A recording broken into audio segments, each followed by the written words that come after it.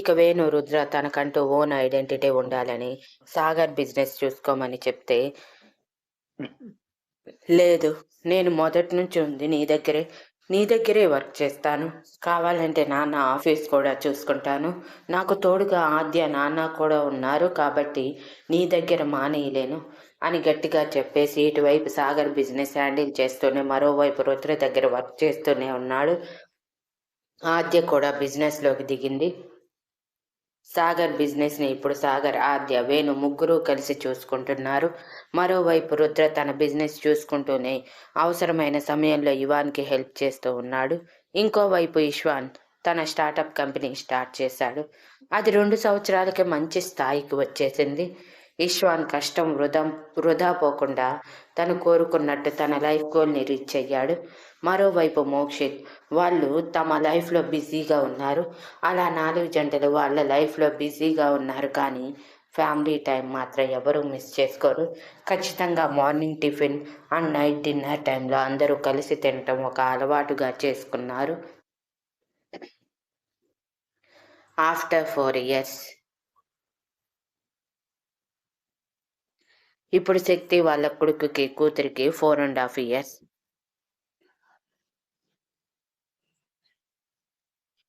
ఇల్లంతా అందంగా ముస్తాబైంది. ఇష్వాన్ ప్రజ్ఞల కొడుకు ప్రద్యుమ్న అన్నప్రాసన కోసం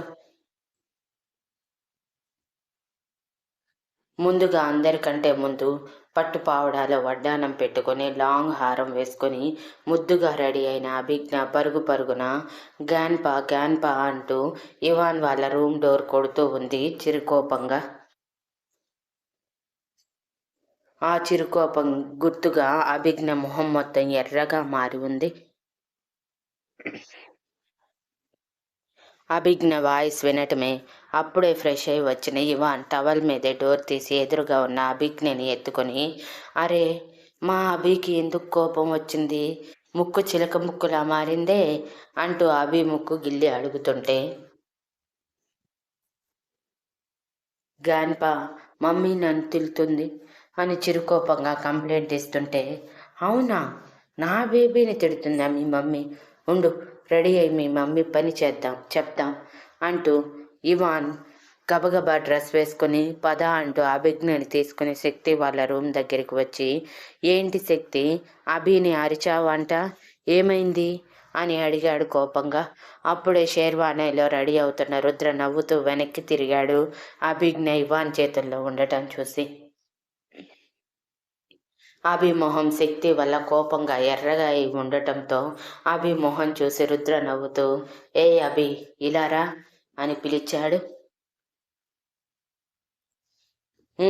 నో డాడీ, నువ్వు మమ్మీ ఒకే పాటి, నేను లాను, నేను గ్రాండ్పా దగ్గరే ఉంటాను అంటూ గ్రాండ్పా మమ్మని తిల్లు అని చెప్తుంటే అప్పటికే ట్విన్నింగ్గా రుద్ర షేర్వానికి సెట్ అయ్యేలా అభయ్ కూడా షేర్వాని వేసుకొని రెడీ అయి ఉండటంతో అభిజ్ఞ మాటలు విని కోపంగా, డోంట్ టాక్ లైక్ దట్ అభి, అలా అనకూడదు, మమ్మ ఏది చెప్పినా నీకోసమే కదా అని అన్నాడు పెద్దరికం వలకబోస్తూ.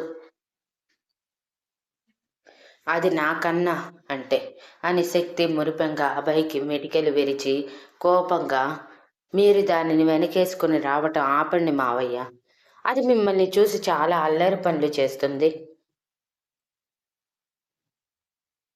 ఇప్పుడు కూడా రెడీ చేస్తుంటే అది ఇది గెలుగుతూనే ఉంది.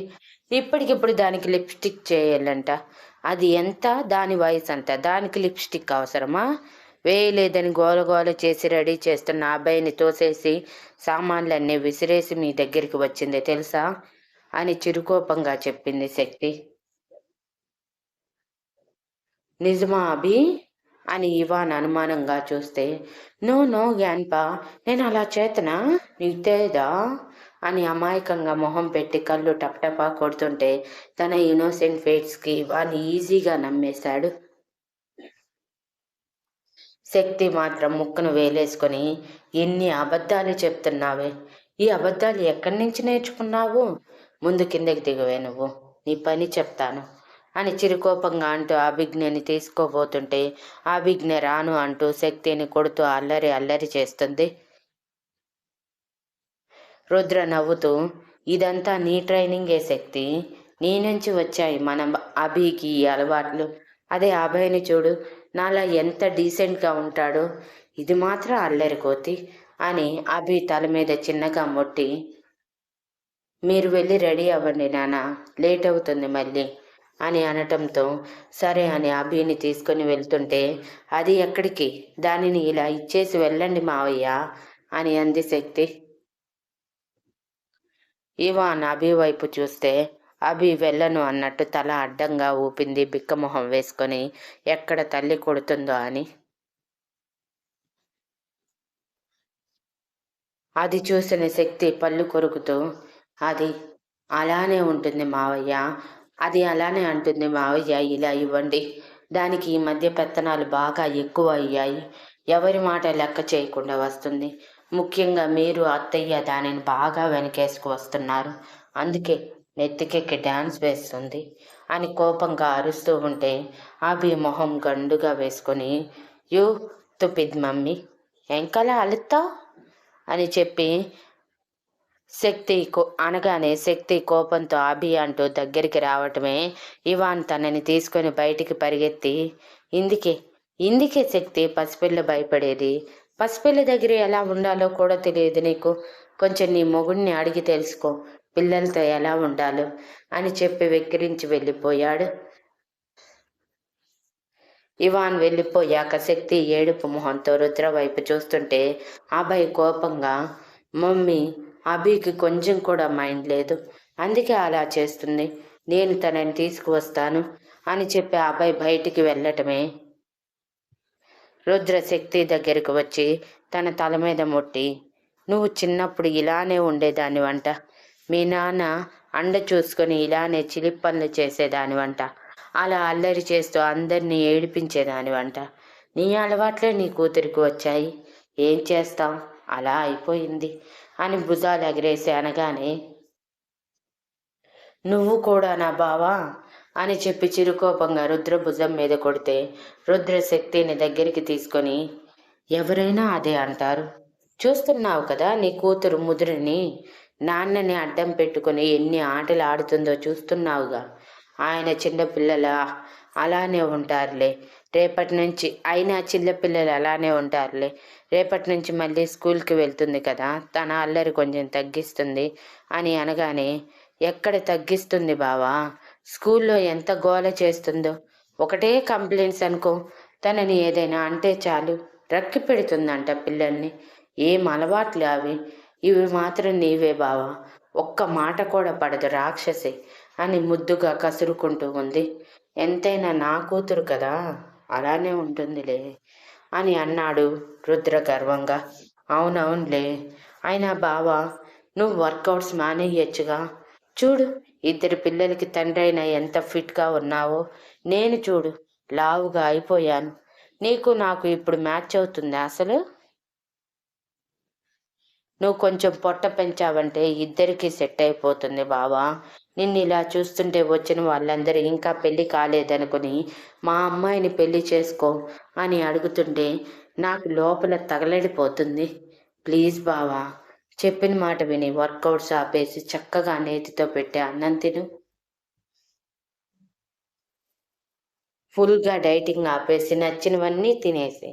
అయినా నీకెందుకు బావా ఫిట్నెస్ చెప్పు, నువ్వు ఎలా ఉన్నా సూపర్ క్యూట్గా హాట్గా ఉంటావు. నా కళ్ళకి నువ్వు అందంగా కనిపిస్తే చాలు కదా, ఇంకా అందరికీ కనిపించాల్సిన అవసరం ఏంటి అని రుద్ర కుర్తా బటన్ తిప్పుతూ అంది శక్తి గారంగా. రుద్ర తన చేతిని పట్టుకుని ఆపి, నీలో ఈ కుళ్ళు పోదే బాబు, అయినా నేను అందంగా ఉంటే నీకేమైంది, మొగుడు అందంగా ఉన్నాడని సంతోషించాల్సింది పోయి ఇంకా అందంగా ఉన్నందుకు కుళ్ళుకుంటున్నావు.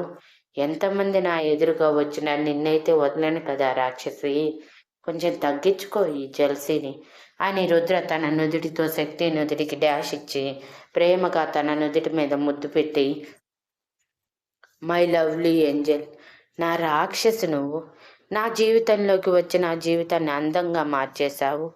నీ రాక నా జీవితంలో ఒక అద్భుతం, నీ వల్లే నేను ఈరోజు ఇంత సంతోషంగా ఉన్నాను. Love you Shakti, love you so much. పొరపాటును కూడా ఎప్పటికీ నేను నీ నుంచి దూరం అవుతానన్న ఆలోచన కూడా చేయకు. నువ్వు లేకపోతే నా ఈ ఊపిరి కూడా ఉండదు. గుర్తుంచుకో అని ఎమోషనల్గా చెప్పాడు Rudra. I love you two బావా. నువ్వు నా లైఫ్లోకి రావటం నేను చేసుకున్న అదృష్టం.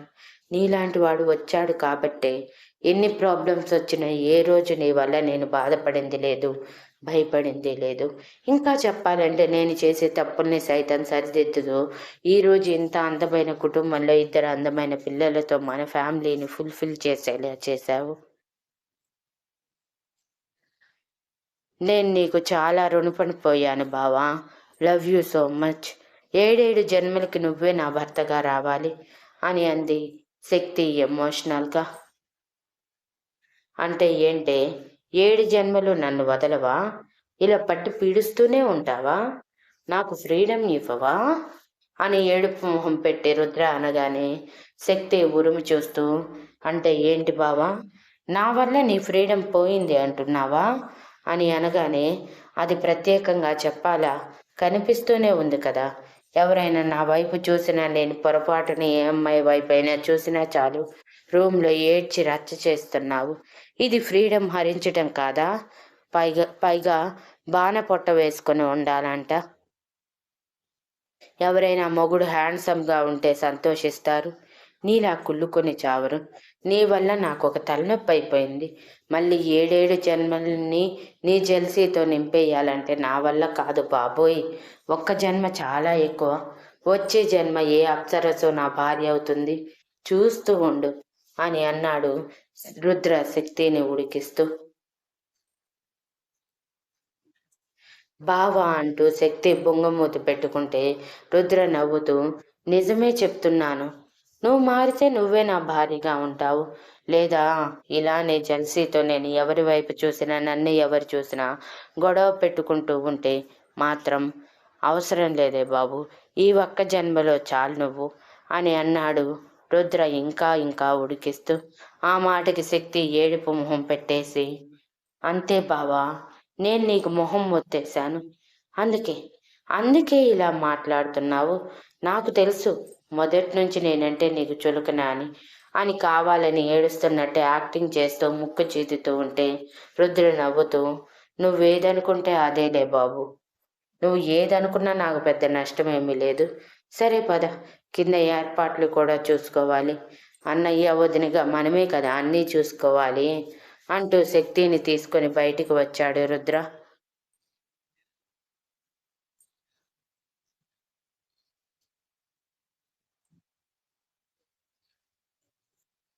ఇక అభిని తీసుకొని రూమ్లోకి వెళ్ళిన ఇవాన్ని చూసి ఇషిక, మళ్ళీ గొడవ అని అడిగితే, చటప్ ఇచ్చు, నీకేం తెలీదు అని అభి కళ్ళు పెద్దవి చేసి చెప్తుంటే, అవును, నాకే ఏమీ తెలియదు, నువ్వు పెద్ద ఆరిందానివి కదా, నీకే మొత్తం తెలుసులే అని వెటకారం ఆడుతుంటే, నన్ను నన్ను కింకి తెంచు గన్పా అని ఇవాన్ చేతుల్లో నుంచి కిందకి జారిన అభి ఈషిత ఎదురుగా వెళ్ళి చేతులు కట్టుకొని నిలబడి,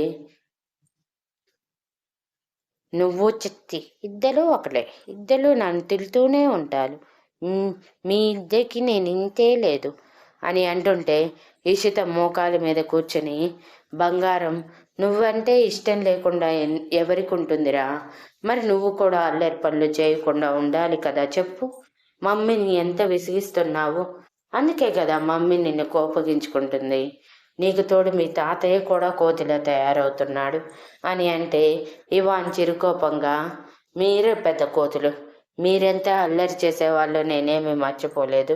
నువ్వైతే శక్తిని ఇంకా గారాబం చేసి చెడగొట్టావు, అది గుర్తుకు లేదా ఏంటి అని వెక్కిరించి, నాని అంతే అంటుంది బంగారం, నా అభి ఎంత అందంగా ఉందో అని మెటికలు విరిచి, ఇంకా ఏమైనా పెట్టాలా, ఎలా రెడీ అయినా ఇంకా ఎలా అయినా రెడీ చేయాలా అని చూసి జుట్టుని అందంగా రెడీ చేయడానికి డిసైడ్ అయ్యాడు ఇవాన్.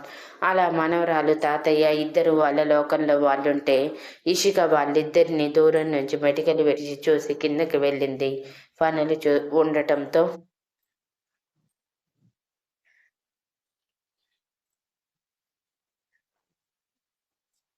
ఇప్పుడు మనం మోక్షిత్ వాళ్ళ రూమ్కి వెళ్దాం పదండి.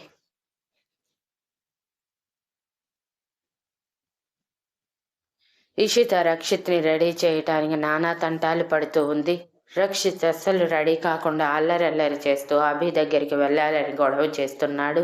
వాడి గొడవకి ఇషిత ఒక దెబ్బ కూడా వేసింది. అందుకే ఏడుస్తూ ఉంటే, ఎప్పుడు చూడు వాడిని కొడుతూనే ఉంటావు. వాడికి వాడి మరదలంటే ఇష్టం. తనతో పాటు ఉండాలని కోరుకుంటున్నాడు. ఎలా అయితే నేను నీతో ఎప్పుడు ఉండాలని అనుకున్నానో అలా. అర్థమైందా? ఊరికే వాడిని ఏడిపిస్తూ ఉంటావు నువ్వు. పక్కకిలే, నేను రెడీ చేసుకుంటాను నా కొడుకుని అని చెప్పి మోక్షిత్ అనే రెడీ చేస్తూ, అయినా నువ్వు కడుపుతో ఉన్న విషయం మర్చిపోయావా? ఎందుకు ఇప్పుడు ఇలా అరుస్తూ ఉంటావు? నీ అరుపులకి నీ కడుపులో ఉన్న నా బంగారు తల్లి ఎంత భయపడుతుందో. ఊరికే అరుస్తుంది, పెద్ద మెంటల్ క్యాండిడేట్ అని అనుకుంటుంది కదా. కొంచెం అది ఆలోచించు ఇషు. నువ్వు ముందు నీ ఆరోగ్యం మీద శ్రద్ధ ఉంచాలి. 3 నెలలు నీకిప్పుడు అని తన ఊం వైపు చూపిస్తూ చెప్పిన మోక్షిత్ రక్షిత్ని ఓదార్చి రెడీ చేశాక అభి దగ్గరికి పంపించాడు.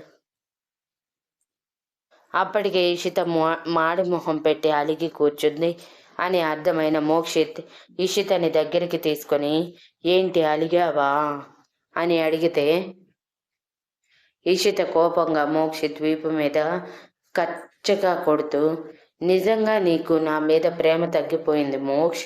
అందుకే ఊరికే నా మీద అరుస్తూ ఉన్నావు. ఈ మధ్య బాగా ఎక్కువైంది. కడుపుతో ఉన్నా అని కూడా లేదు అని అంటుంటే, ఆపవే బాబు, నీ మాటల వల్ల కానీ నాకు కోపం వచ్చిందనుకో మొహం పగిలిపోతుంది. అసలు నేను ఎప్పుడు నిన్ను కోపడుతున్నానే? నీ మాడు మొహంతో మమ్మల్ని చంపేస్తున్నావు. అది నీకే అర్థం కావటం లేదు. ఊరికే ఏడవటం, ఊరికే అరవటం, ఏదో ఒకటి చేస్తూ ఉన్నావు. ఫస్ట్ ప్రెగ్నెన్సీ టైంలో నిన్ను ఇలా చూడలేదే బాబు. ఈ మధ్య మరీ ఎక్కువైపోయాయి నీ మూడ్ స్వింగ్స్. మరి 3 నెలలకే ఇలా ఉంటే ఇక ముందు ఎలా ఉంటుందో అని భయమేస్తుంది నాకైతే అని మోక్షిత్ వెటకారంగా అన్నాడు. Thank you for listening and please like, share, comment and subscribe.